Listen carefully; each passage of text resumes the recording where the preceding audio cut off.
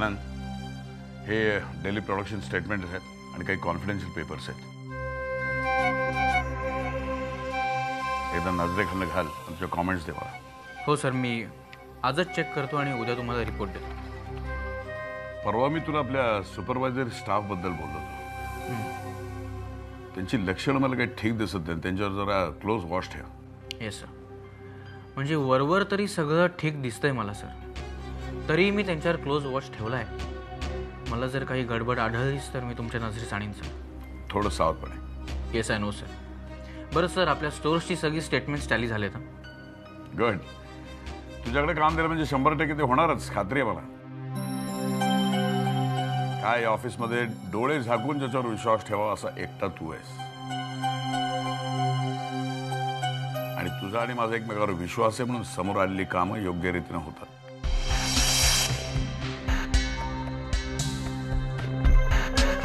Yes sir. विराताई. कोण आहे? मी बाळू. काय ये आते. एक माणूस येऊन गेला, तुमच्यासाठी हा बुके आणि हे पाकिट देऊन गेला. माझ्यासाठी? कोण होतं? काय माहित नाही. बरं ठीक आहे, जा. ओके, मी येतो.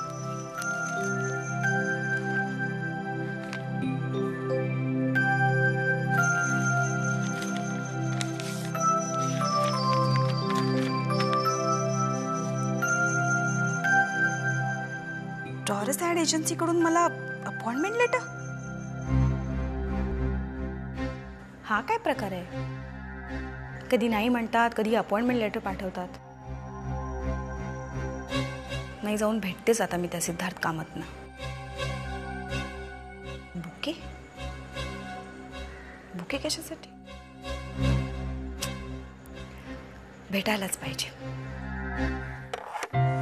काय आहे राजू, मी मुद्दाम तुला गुड न्यूज द्यायला आले आणि तुझं मूड ऑफ आहे. कसली गुड न्यूज? तुझे पीडीचे सर भेटले होते मला. तुझ्याबद्दल खूप चांगलं बोलत होते. ते म्हणाले की राजू एकदम जिद्दी मुलगा आहे, आयुष्यात पुढे नक्की काही ना काहीतरी चांगलं करेल. पुढचं पुढे ते कुणी पाहिलंय? हे आत्ताच्याच भानगडी डोक्याला एवढं ताप देत आहेत ना, सगळं वैतागलो नुसतं मी. म्हणजे काय झालं? म्हणजे काय ना मॅडम. एक मिनिट, मॅडम नको म्हणूस मला. किती वेळा सांगू? गौरी नाव आहे माझं. बर, काय ना गौरी मॅडम, प्लीज वेळ द्या ना, बोलेन मी. त्या दिवशी तुम्ही माझ्या घरी आला होतात बघा. घरी आल्यानंतर तेव्हाच तुम्हाला अचानक कळलं की मी तिकडेच राहतो, ते माझंच घर आहे. आणि तेव्हा आपण बोलत असताना तुम्हाला एक फोन आला होता.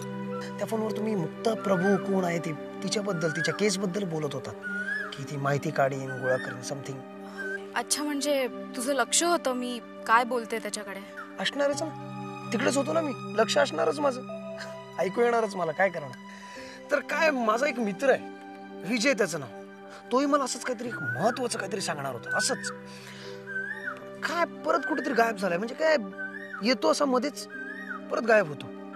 तो होता तेव्हा मी त्याच्याकडून सगळं काढण्याचा प्रयत्न केला, सगळं प्रयत्न केला. काय सांगू तुम्हाला काय काय केलं मी.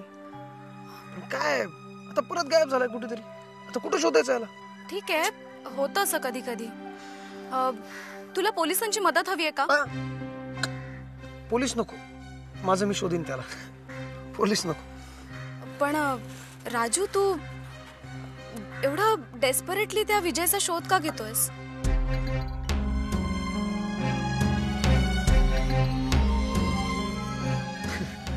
सांगेन तुम्हाला, सांगेन कधीतरी. काय ना, तो एक फार मोठा राडा आहे. नाही, भानगड आहे, प्रकरण आहे एक मोठं. घ्या चहा घ्या. सुधारतोयस? होणार.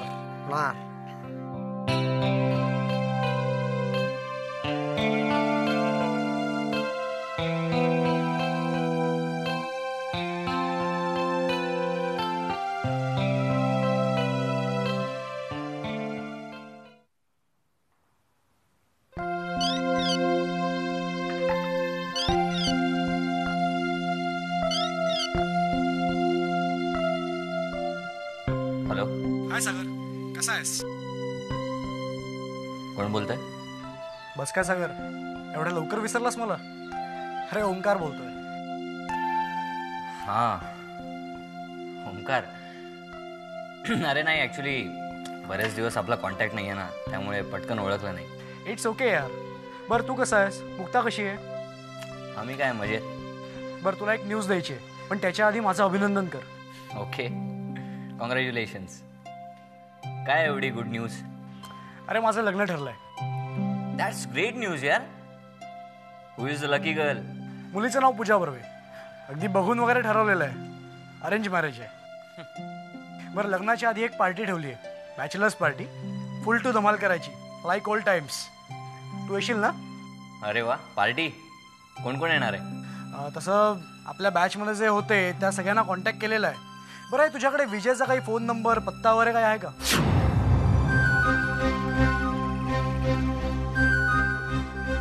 विजय?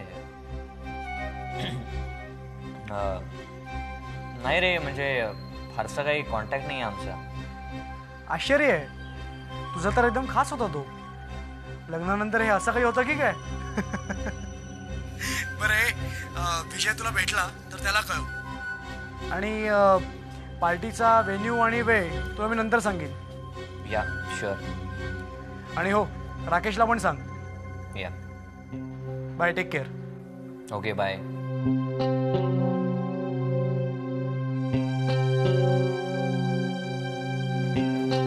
Good morning. Good morning.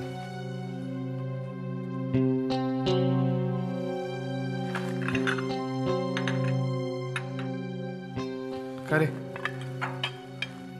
का विचार कसला करतोस? काही टेन्शन आहे का?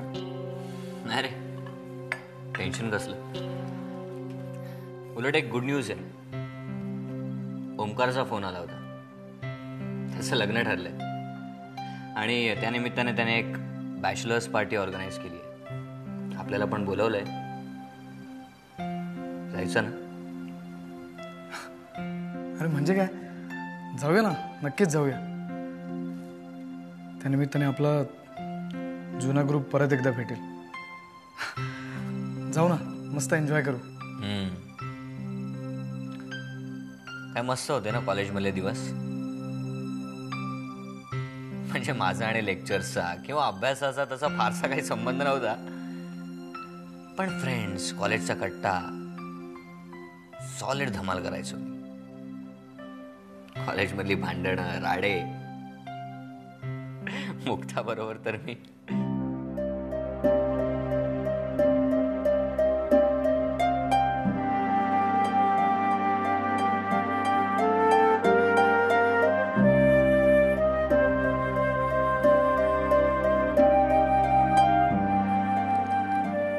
Times have changed.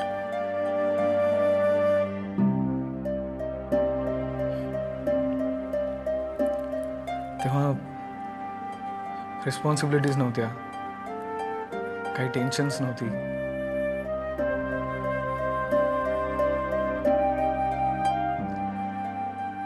Everything is changed. But anyways, आता पार्टीच्या निमित्ताने सगळी गँग परत एकदा भेटेल. मस्त एन्जॉय करू.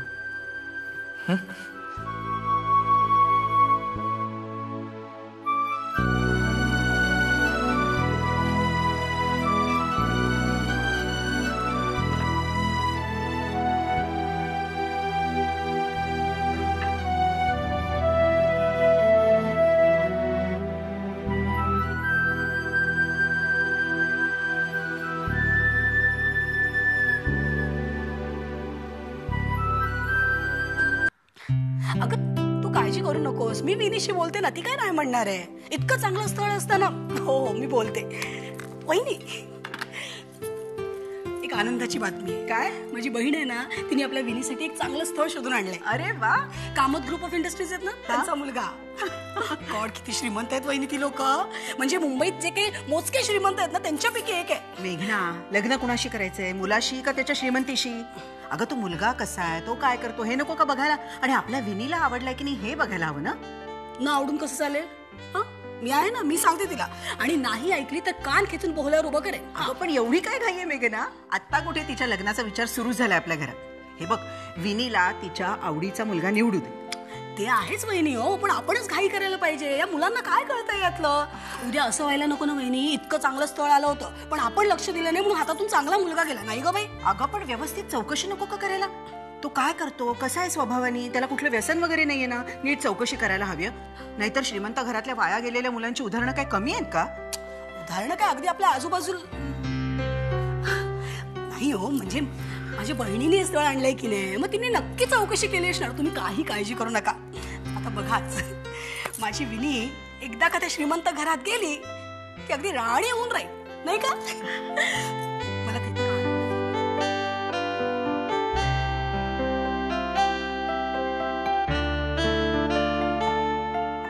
या लेट यू नो.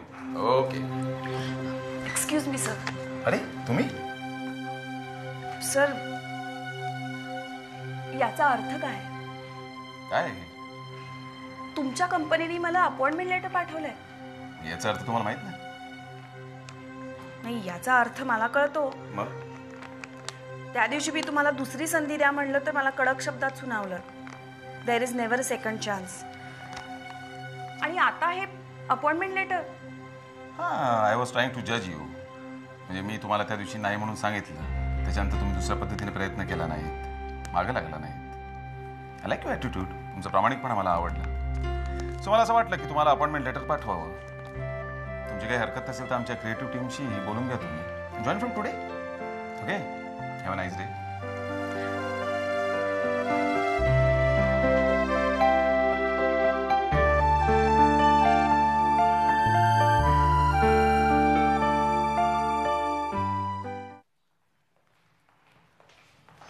साहेब, तुम्हाला भेटायला कोणी मॅडम आहे?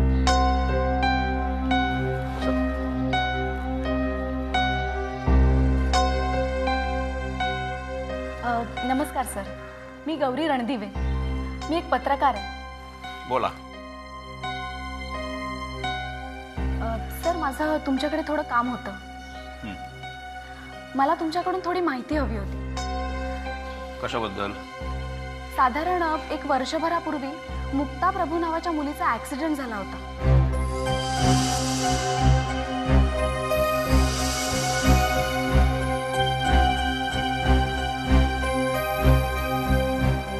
या केसशी तुमचा काय संबंध? सर, ऍक्सिडेंट नंतर मी त्या केसबद्दल चौकशी केली होती, पण त्या केसमध्ये बऱ्याच कॉम्प्लिकेशन्स होत्या म्हणून मी तो तपास थांबवला होता. आता पुन्हा सुरू केलाय. Yes, you're right. म्हणजे ही केस जरा कॉम्प्लिकेटेडच आहे. काय आहे, गुन्हा पाहणारा साक्षीदार कोणीच नाहीये. मुक्तालाही काही डिटेल्स आठवत नाही. त्यामुळे हा तपास जरा लांबणीवरच पडलाय. सर, पण गुन्हेगार न सापडणं ही फारच वाईट गोष्ट आहे ना? Yes, you're right. थोडंसं झालंय खरं तसं. पण काय आहे की बऱ्याच वेळा घरचे लोक नीट कॉपरेशन देत नाहीत किंवा तपासासाठी मिळालेले दुवे कच्चे असतात. मुक्ता प्रभूच्या केसच्या बाबतीत थोडंसं असंच झालंय. म्हणजे काय आहे की आमचा तपास फिरून फिरून पुन्हा काही विशिष्ट ठिकाणी येऊन थांबतोय. आता विजय नावाचा एक मुलगा आहे ज्याच्यावर मला डाऊट आहे. विजय? सर, हा कोइन्सिडन्स तर नसावा? माझ्या ओळखीतला एक मित्र आहे, त्याचाही एक मित्र आहे, त्याचं नाव विजय आहे. त्याच्याकडे म्हणे सॉलिड सिक्रेट्स आहेत आणि तो बेपत्ता आहे. सर, हा विजय आणि मुक्ताच्या केसमधला विजय एकच तर नसेल ना? You may be right. Sir, मग तसं असेल तर आपल्याला विजयचा शोध घ्यायलाच हवा, तरच आपल्याला या मुक्ताच्या केसमधले मिसिंग क्लूज मिळतील. Yes, thanks miss Randive. म्हणजे काय आहे की पत्रकार दरवेळी आमची उलट तपासणी घ्यायला येतात, पण यावेळी तुम्ही चक्क तपासाची दिशा दाखवताय. थँक्स. सर, मी अजून एक बातमी देते तुम्हाला. हा विजय मुंबईतच आहे आणि ही टिप कन्फर्म आहे.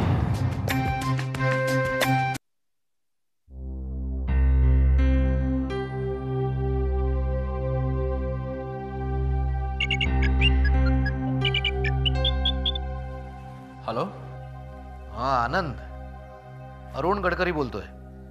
हां बोला गडकरी सर. अरे काय तू त्या दिवशी येऊन भेटून गेलास, पण त्यानंतर काही फोन नाही, काही संपर्क नाही. हो, मी ॲक्च्युली तुम्हाला फोन करणारच होतो. तुम्हाला भेटून गेल्यानंतर मी तुमच्या ऑफरचा विचार केला आणि म्हटलं हो किंवा नाही बोलायच्या आधी सगळी सिच्युएशन तोलून मापून बघायला हवी, नाही का? Good. You are a wise man. तरुण आहेस, हुशार आहेस, पण घायकुतेपणा नाही आहे तुझ्यात. I like that. मग काय झाला निर्णय? फ्रँकली स्पीकिंग सर, मला असं वाटतं माझ्या सध्याच्या नोकरीत मला काहीच स्कोप नाही.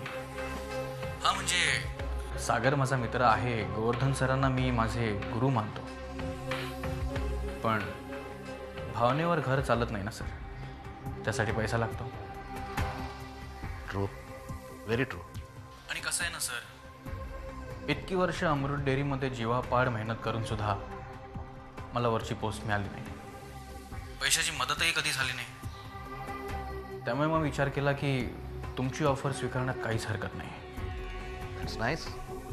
मग एक दिवस ऑफिसमध्ये ये, जरा बसून बोलू, सगळ्या टर्म्स अँड कंडिशन्स डिस्कस करू, कामाचं स्वरूपही निश्चित करू, म्हणजे त्याप्रमाणे अपॉइंटमेंट लेटर बनवायला सांगता येईल. एकदा का तुमचं अपॉइंटमेंट लेटर मला मिळालं की मग 1 महिन्याची नोटीस देऊन मी अमृत डेअरीमधनं राजीनामा देईन. आपण ह्या आधी आणि नोटीस पिरियडमध्ये तुम्हाला जी पाहिजे ती इन्फॉर्मेशन मी तुम्हाला देईन. आणि तू दिलेल्या माहितीसाठी तुला योग्य ते बक्षीसही दिलं जाईल. पण माहिती अशी पाहिजे की त्या गोवर्धन प्रभूचा गळा कायमचा आवळता येईल.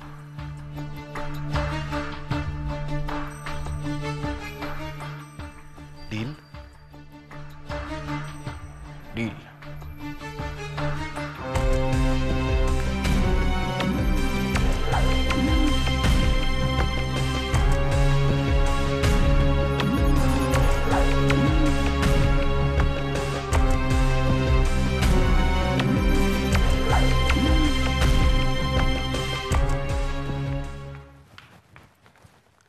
हा घाडगे बोला.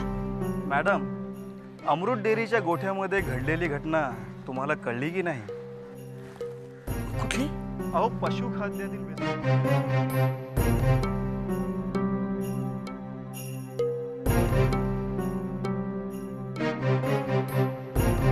तुमच्या दृष्टीने फार महत्वाची बाब आहे. ते कसं? अहो मॅडम, मासाहेबाच्या मनामध्ये संशयाचं बीज रोवलं गेलंय आणि अशा काही घटना घडत गेल्या तर त्यांच्या मनात संशय आणखी पक्का होईल आणि संशयाची सुई गोवर्धनकडे वळेल. मग नक्कीच मासाहेब त्यांच्यावर ऍक्शन घेतील. घाडगे, अपेक्षेपेक्षाही लवकर काम केलं तर तुम्ही. गुड. काय मॅडम, आता रावसाहेबांनी सांगितलं म्हटल्यावर करावंच लागलं ना. हा, थोडीशी हेराफेरी केली, थोडे पैसेही चारले. मॅडम, तुमच्या मनात होतं तेच घडलं. आता थोडा धीर धरा, पुढे बघा काय होतंय ते. थोड्या दिवसात मासाहेब गोवर्धनला गो म्हणतील एवढं नक्की. काय? वाह, ब्रिलियंट. मॅडम, ते थोडंसं कमिशनचं बघा म्हणजे झालं. काय? काळजी करू नका घाडगे. बरं, आता फोन ठेवते. ओके, चल. ॲट लास्ट अमृत डेअरीमधून गोवर्धनची गच्छंती. ऐकायला पण काय मस्त वाटतंय.